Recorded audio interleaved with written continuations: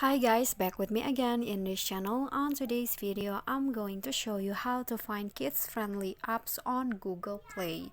So if your kids probably play with your phone and you want to find some apps that is safe for them, I'm going to show you how. So you just need to go to the Play Store,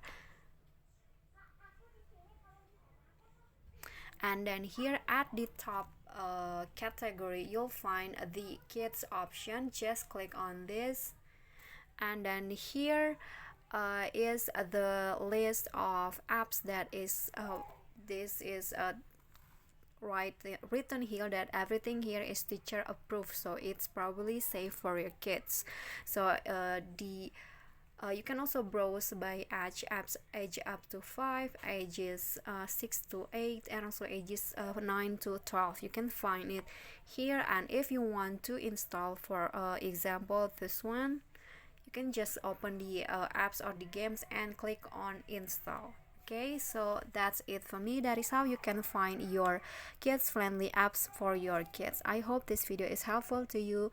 Thank you guys so much for watching. Bye bye.